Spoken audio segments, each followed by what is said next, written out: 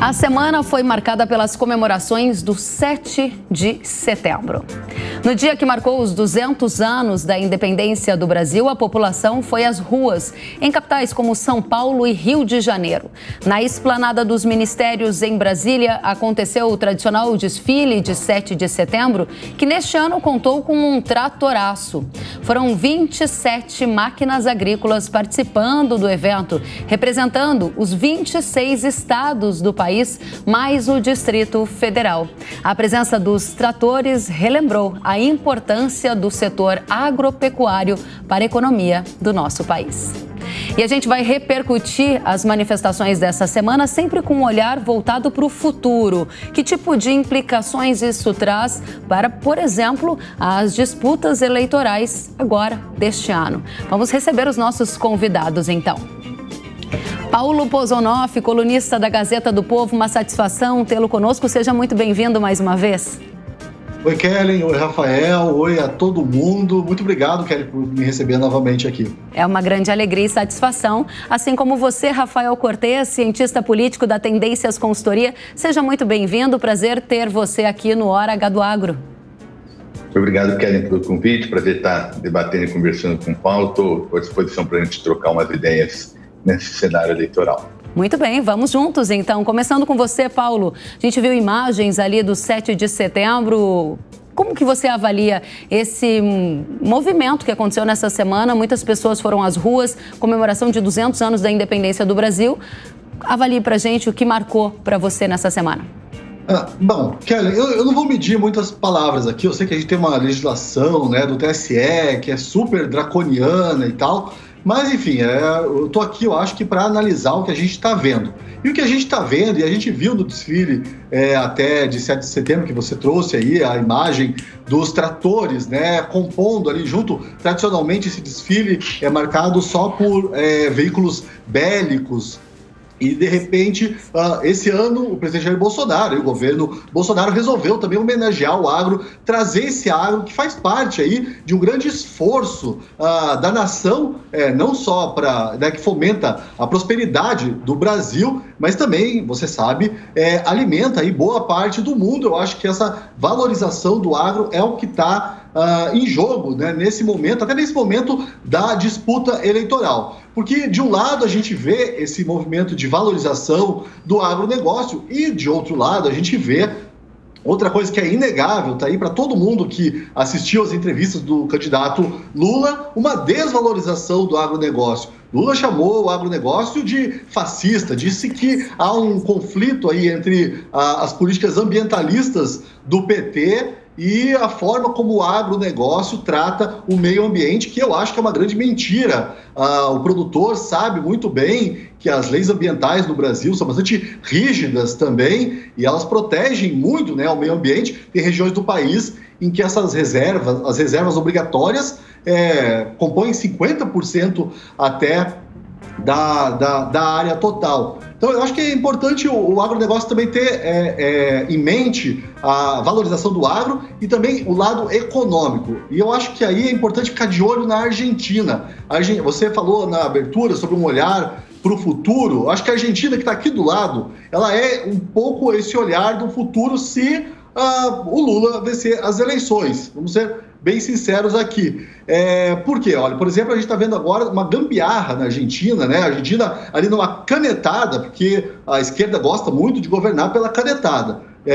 Numa canetada, mudou o câmbio, criou um câmbio agrícola. Isso aí, obviamente, num curto prazo, é muito bom para o produtor argentino, mas aí eu acho que, olhando aí para o lado e para o futuro, o produtor brasileiro tem que pensar o que ele quer. Ele quer esse tipo de gambiarra econômica que pode vir a ser proveitosa para o produtor num curto prazo, ou ele quer previsibilidade, ele quer poder se planejar, né, ao longo de anos ou até décadas aí. Obrigada, Pozonoff, pelas contribuições iniciais. Rafael, gostaríamos de ouvir a sua opinião sobre as imagens que marcaram o 7 de setembro e que tipo de implicação você entende que isso pode ou não trazer para o cenário de disputa eleitoral. Olha, Kellen, a atual conjuntura brasileira, e aí incluindo as comemorações do 7 de setembro, ela é marcada por uma divisão do país, né? A gente tem duas candidaturas importantes, protagonistas, né, que mobilizam ali alguma coisa como 7 em cada 10 brasileiros que sinalizam opção ou pelo presidente Bolsonaro ou pelo ex-presidente Lula, e é basicamente a eleição de 22, é, digamos, o momento em que a gente vai decidir, né, a sociedade brasileira vai decidir qual coalizão política vai nos governar no próximo mandato. As manifestações do 7 de setembro foram uma tentativa do presidente Bolsonaro de sinalizar para diversos grupos, né, qual é a coalizão que ele deseja liderar para o próximo mandato, trazendo simbologias, discursos e falas para mobilizar os seus apoiadores nesse momento de acirrada disputa eleitoral. Do ponto de vista do impacto desses movimentos, né, não só desse movimento, mas da atual conjuntura, dado que tanto o presidente Jair Bolsonaro quanto o ex-presidente Lula têm uma imagem muito consolidada, a minha expectativa é de mudanças muito marginais nos retratos que as pesquisas estão mostrando hoje, né?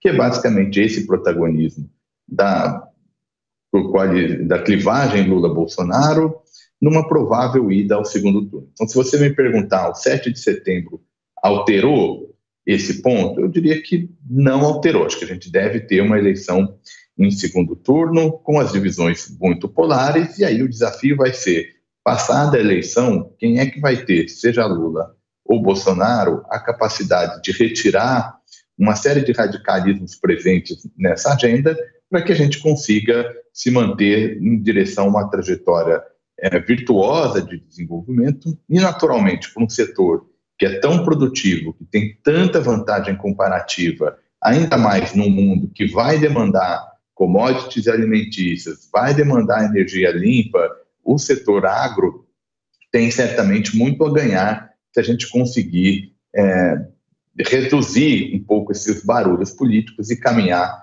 na próxima administração de uma maneira mais estável, e certamente quem já é produtivo tem muito mais a ganhar nessa conjuntura.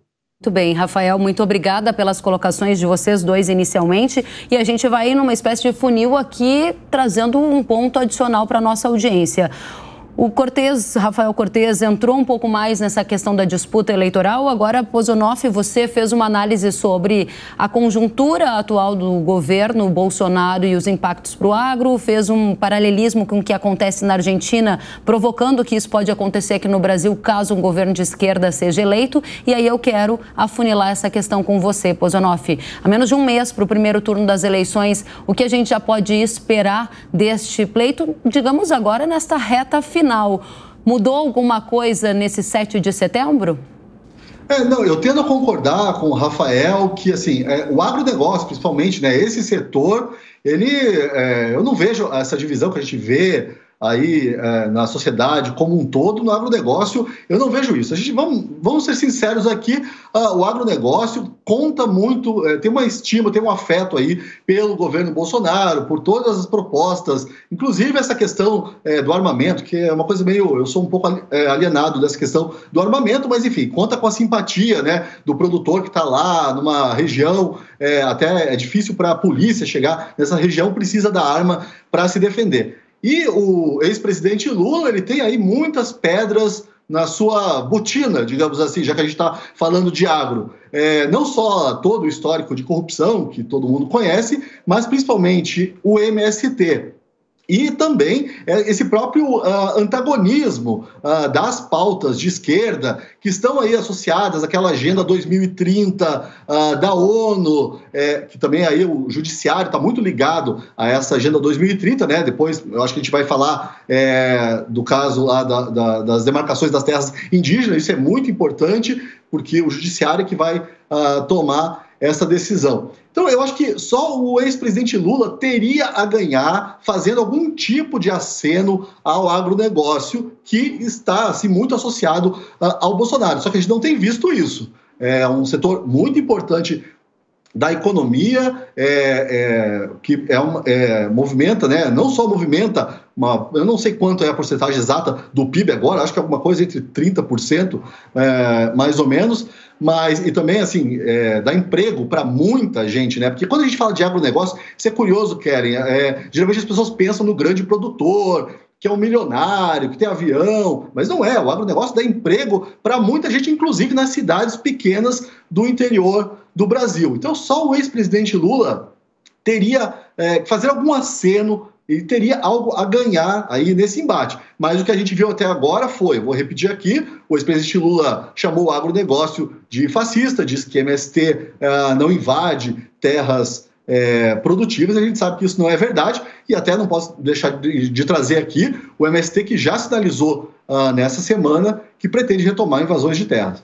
Muito obrigada, Pozonoff. O Pozonoff faz menção ao que foi dito pelo líder do MST, Stedley, em um podcast em que ele sinalizou de fato que o movimento pode ganhar ânimo, nas palavras, né, do líder do MST, Stedley. Obrigada pelas colocações, Pozonoff. Rafael Cortes, gostaria de ouvi-lo. Nós estamos aí há cerca de 30 dias das eleições, digamos que é a reta final. Qual é o cenário que temos hoje? Você concorda, discorda com o que Pozonoff trouxe? Gostaríamos de te ouvir.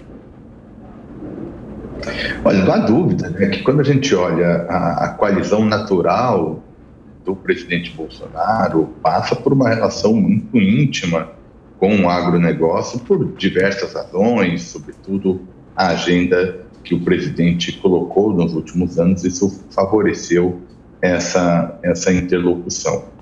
Então, o desafio, na minha leitura, que é maior no caso do ex-presidente Lula, mas ainda assim me parece relevante em eventual cenário de reeleição do presidente Bolsonaro, diz respeito a se criar uma coalizão não só na sociedade, mas sobretudo entre as outras forças políticas, e aí incluindo o Poder Judiciário, em particular o Supremo Tribunal Federal, no interior dessa coalizão. A gente sabe que no Brasil a gente vive hoje, e não há nenhuma razão para se alterar essa dinâmica, até por conta da maneira como a Constituição é construída, né? Vale lembrar a quem está nos ouvindo, né? A Constituição brasileira, ela tem uma particularidade em relação a outros textos constitucionais no mundo. A Constituição brasileira tem muita política pública prevista no seu texto. É uma Constituição muito detalhada, então ela combina tanto princípios mais gerais quanto detalhes de política pública. E isso quase que torna automático a judicialização, né? Qualquer medida hoje aprovada, seja ainda em tramitação, seja aprovada, ela deve bater no judiciário, o judiciário vai se manifestar. Então, quem quer liderar uma coalizão política, né, para sua agenda, vai precisar, me parece, tanto do apoio do Legislativo, quanto de boa interlocução com o Poder Judiciário. E querem, só para fazer esse último ponto de balanço do atual cenário, desafios para o futuro presidente, ganhe ele quem for, eu faria referência à questão internacional, né? E aí acho que o agro tem muito a prestar atenção na maneira como esses temas relativos a investimentos em ESG, agenda ambiental, como é que eles vão aparecer no debate público. Interessante. Eu vou aproveitar, Cortes, que você acabou de fazer esse link com o cenário internacional, e aí, Pozonoff, peço licença a você para a gente inverter a ordem e seguir aqui essa sequência para ter uma lógica para a nossa audiência. Você acabou de mencionar que o próximo presidente do país precisa estar atento à agenda internacional. Quando a gente olha para a economia doméstica, a gente vê que a economia brasileira é uma das que se descolou desse movimento de desaceleração global, inclusive aqui com revisões positivas para o PIB, redução na taxa de desemprego, queda da inflação. Tudo isso traz uma conjuntura doméstica melhor. Você acha que o Brasil tem capacidade de se colocar de uma maneira diferente nesse cenário global? Quais são as oportunidades que você vê? E gostaria de saber se na tendência vocês estão enxergando o favoritismo de algum candidato agora no primeiro turno, quando a gente fala de disputa presidencial. Kellen, sua pergunta é essencial, porque da minha leitura, muito embora seja um mundo desafiador para crescimento, um mundo com mais inflação, um mundo marcado por riscos geopolíticos, tem uma janela de oportunidades para o Brasil crescer, né? Para o Brasil se reinserir novamente de uma maneira mais positiva junto à comunidade internacional. O Brasil é um país que tem ativos importantes para essa conjuntura histórica. A gente deve ter uma demanda pelo ciclo de alimentos eventualmente interrompidas, determinadas cadeias por conta desse conflito. A questão energética vai se tornar importante. Hoje a gente não tem mais, da parte dos países ocidentais, uma confiança em alguns fornecedores para um insumo tão estratégico para desenvolvimento, que é a questão energética. O Brasil, nesse sentido, tem uma matriz limpa, né? Pode se inserir melhor nessa cadeia internacional, desde que a gente consiga resolver os nossos dilemas domésticos, né? Os nossos problemas em relação à política fiscal, estabilidade institucional. Isso tudo é importante para o Brasil aproveitar essa oportunidade dada por esse cenário internacional. E, de novo, aqui eu reforço minhas palavras: quem tende a ganhar é quem é muito produtivo, né? Setores muito produtivos, quando tem estabilidade, quando tem uma boa inserção internacional, a tendência, sem dúvida, é de maiores ganhos. O cenário político é uma parte desse jogo, né? Uma parte dessas incertezas em relação a como é que o Brasil vai se inserir nesse mundo em transição.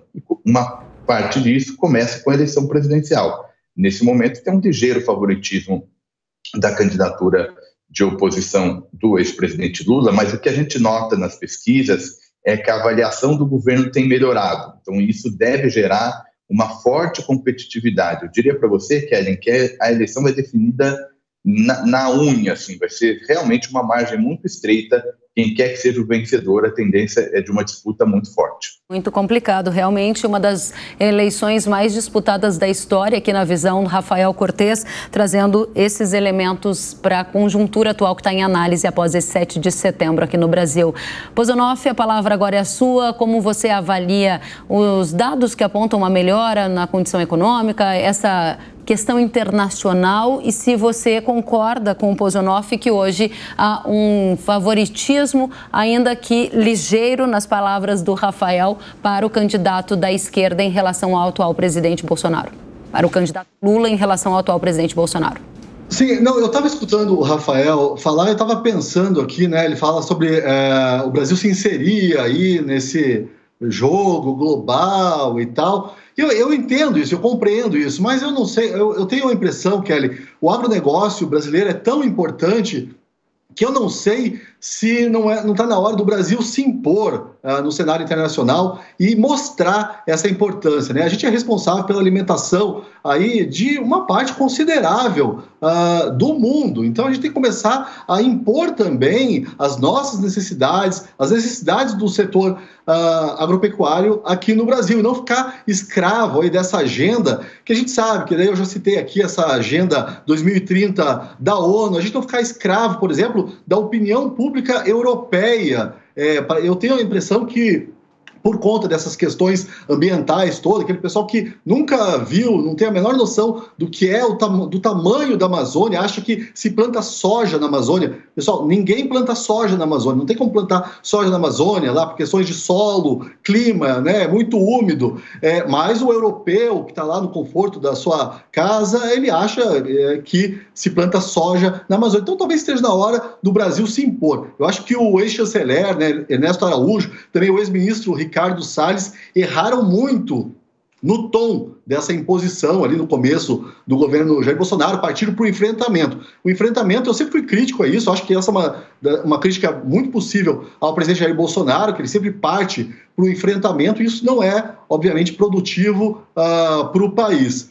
Mas eu acho sim que está na hora de o Brasil começar a se impor e mostrar a sua importância, a importância do agronegócio brasileiro para o mundo, e não, ao contrário, ficar escutando lição de moral de europeu. Quanto ao favoritismo, bom, eu prefiro acreditar no que os meus olhos veem a acreditar no que números, do que metodologia, do que modelos matemáticos me dizem. Os meus olhos viram uma coisa no dia 7 de setembro, que eu acho que todo mundo viu aí, multidões indo às ruas. O outro candidato, o Lula, não consegue reunir sei lá, 10 mil pessoas lá na rua. Ontem a gente teve, ontem não, na quinta-feira, a gente teve o Grito dos Excluídos, que sempre foi um movimento aí de esquerda, que sempre reuniu muita gente, né? Quando havia o imposto sindical também, os sindicatos levavam muita gente às ruas,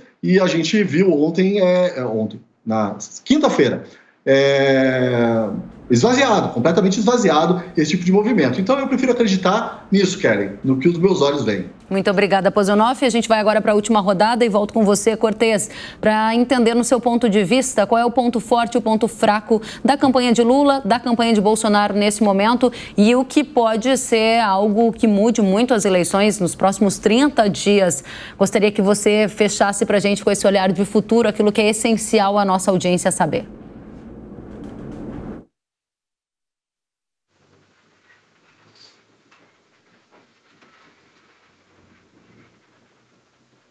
Já que você está no mundo, Rafael? Acho que agora sim. Perdão, peço desculpas. Imagina, pode retomar então, por favor. A todos, vamos lá. Eu estava comentando que eu vejo muita similaridade entre a eleição de 2022 e de 2018, desse ponto de vista, né, de quem é a coalizão que está por trás da candidatura Bolsonaro e de quem são os grupos que apoiam o ex-presidente Lula. Então, a despeito de alguma incerteza do tamanho dessa diferença, eu acho que, em linhas gerais, a gente tem alguma convicção dos potenciais desafios de cada candidatura. Começando da candidatura à reeleição.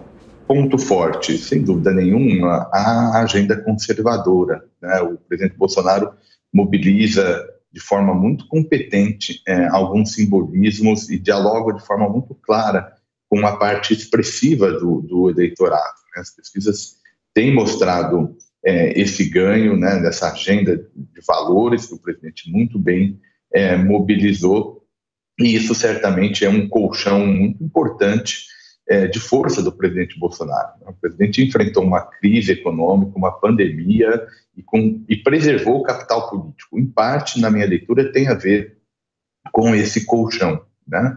Resta saber como é que ele vai conseguir mobilizar aquele eleitor que, nesse momento, ainda não avalia positivamente a sua campanha. O ponto mais desafiador para a reeleição ainda é a renda mais baixa, né? As pesquisas realmente mostram que esse é o calcanhar de Aquiles da candidatura bolsonarista. O dado positivo para o governo é que a avaliação tem melhorado, então pode dar tempo de fazer essa reversão. Olhando para a candidatura do PT, é quase que o inverso, Keren, que eu mencionei agora em relação à candidatura à reeleição. O PT é muito forte entre os segmentos mais vulneráveis, tem muita dificuldade, ainda está longe de encontrar um discurso que atinja positivamente esse eleitor que responde à agenda de valores. Então, ao fim e ao cabo, essa coalizão já estava posta lá em 2018. Por isso que acho que vai ser uma eleição muito disputada, vai ser ganhos muito pequenos, podem definir quem vai ser ou não o vencedor. Muito obrigada, Rafael Cortez. Paulo Pozonoff, a sua visão de futuro, que é fundamental a nossa audiência prestar atenção agora nesses próximos 30 dias para o primeiro turno da eleição. Bem, eu acho que a eleição já dá sinais de que o tom, né, vai se acirrar. Essa eleição ela vai se acirrar, o tom vai subir bastante.